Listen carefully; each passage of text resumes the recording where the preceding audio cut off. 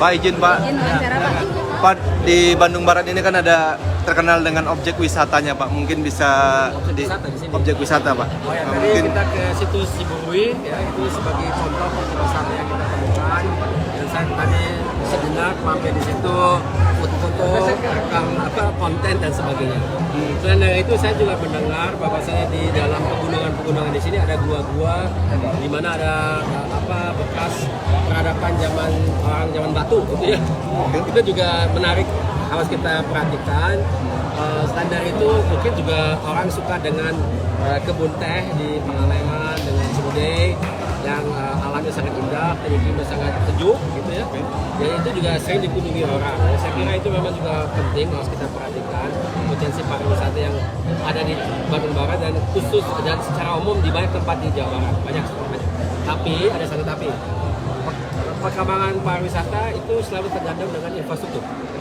Jadi infrastruktur kalau jalannya jelek atau juga tidak ada tempat-tempat yang bisa dikunjungi di mana orang bisa duduk makan enak, ada juga ada penginapan, ya susah gitu. Ya, itu tapi yang utama adalah infrastruktur transportasi darat.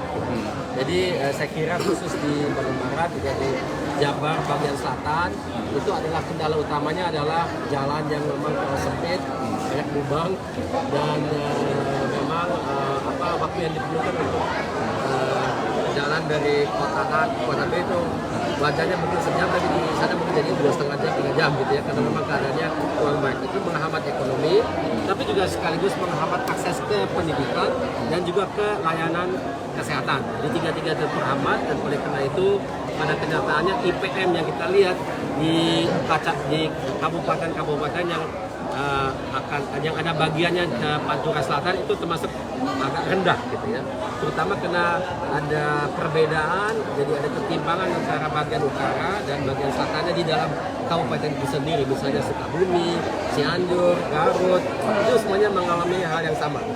Pak, tadi ada keluhan kaitan dengan pengangguran begitu Pak, mungkin ada program strategis apa Pak? Iya, jadi kalau pengangguran memang itu adalah masalah nasional, tapi di Jabar sebagai provinsi yang punya industri pengolahan terbesar, kurang lebih 55% se-Indonesia ada di Jabar. Tentu pelemahan daya saing industri di Jabar itu adalah alasan kenapa kita lihat adanya banyak yang di PHK dan bahkan pabrik ditutup. Itu terjadi khusus di sektor TPT, tekstil dan tekstil. Di lain pihak kita juga lihat adanya investor dan pabrik baru yang masuk ke Jabar, misalnya di kawasan Subang akan dibangun pabrik untuk mobil EV atau electric vehicle dari Tiongkok dan dari Vietnam. Itu juga ada yang keluar, ada yang masuk ya. Tapi kelihatan struktur daripada industri di Jabar itu berubah. Nah, bagaimana caranya kita menghadapi gejala pengangguran terkait dengan ini ya. Jadi kalau menurut saya yang kita lihat di sektor TPT ya sebagian memang benar, mungkin daya saing kita harus kita perbaiki, tapi di lain pihak ada juga gejala di mana pasar dalam negeri kita ini dibanjiri dengan produk-produk dari luar negeri, terutama dari Tiongkok yang amat sangat murah. Pertanyaannya adalah apakah harga rendah itu wajar atau tidak wajar gitu. Karena ada sebagian konon yang diselundupkan ke Indonesia, jadi tidak legal. Ada juga sebagian yang mungkin produksinya terlalu murah, jadi bisa dikeluhkan di WTO, World Trade Organization, bahwasannya harga itu tidak wajar. Secara teknis itu disebut sebagai dumping, jadi harganya misalnya di bawah harga bahan pasokan, itu kan tidak mungkin. Jadi itu yang terjadi, tapi saya tidak bisa bicara secara rinci karena itu harus dikaji dulu gitu ya. Jadi tapi itu adalah satu hal yang mau kita lakukan bersama dengan pengusaha dan juga sistem pekerja, sehingga kita bisa membantu industri TPT untuk mereka di mana tidak lagi harus bersaing dengan produk yang masuk ke negara kita dengan cara yang tidak benar. Itu mungkin bisa menjadi solusi jangka pendek sekali, karena itu kan industri yang sudah berjalan ya. Kalau kita mengenakan kepada industri yang baru itu perlu waktu, jadi bisa kita putuskan hari ini besok sudah ada pekerjaan. Tapi paling tidak kalau kita sudah mengerti kita akan ke arah mana, persiapan terutama dari segi misalnya penyediaan lahan untuk industrinya atau pekerjaannya, atau juga pelatihan daripada SDM-nya sesuai apa yang diperlukan, itu sudah bisa dipersiapkan sehingga dalam waktu 1-2-3 tahun mendatang itu bisa digunakan dan industri yang Indonesia, saya Jabar memang terkenal sekali, tapi masalah sampah. Saya kan 8 tahun tinggal di sini. Kalau saya keluar rumah itu langsung sampah. Dari zaman dulu tidak ada pemerintahan kita yang benar-benar bisa menuntaskan sampai dengan berkesinambungan. Maksudnya bisa hilang untuk sejenak, tapi mungkin beberapa saat lagi timbul lagi gitu ya. Jadi itu masalahnya yang saya lihat. Jadi konsisten tidak konsisten. Nah, apa yang kita bisa buat? Ini harus kita lihat dari hilir ke hulu, dari hulu ke hilir ya. Kalau kita kelola hulu, kita mulai dari hulu dulu. Hulu berarti kita harus mengurangi sampah yang ada. Dari sampah yang kalau kita bekerja sama dengan masyarakat, meningkatkan kesadaran masyarakat, mendidik mereka bagaimana kita mengelola sampah kita masing-masing dipilah-pilah. Ada yang organik, ada yang non-organik. Yang non-organik bisa kita pilah menjadi misalnya besi, aluminium, plastik, tas, dan lain-lain. Itu bisa diolah kembali. Ya. Yang organik bisa menjadi pupuk, misalnya ada bahan bakar. Yang non-organik bisa menjadi bahan baku untuk diolah kembali dalam industri tertentu. Kemudian menjadi bahan baku lagi atau menjadi sesuatu yang lain. Jadi, tapi itu baru satu poin ya. Yang kedua adalah hilirnya.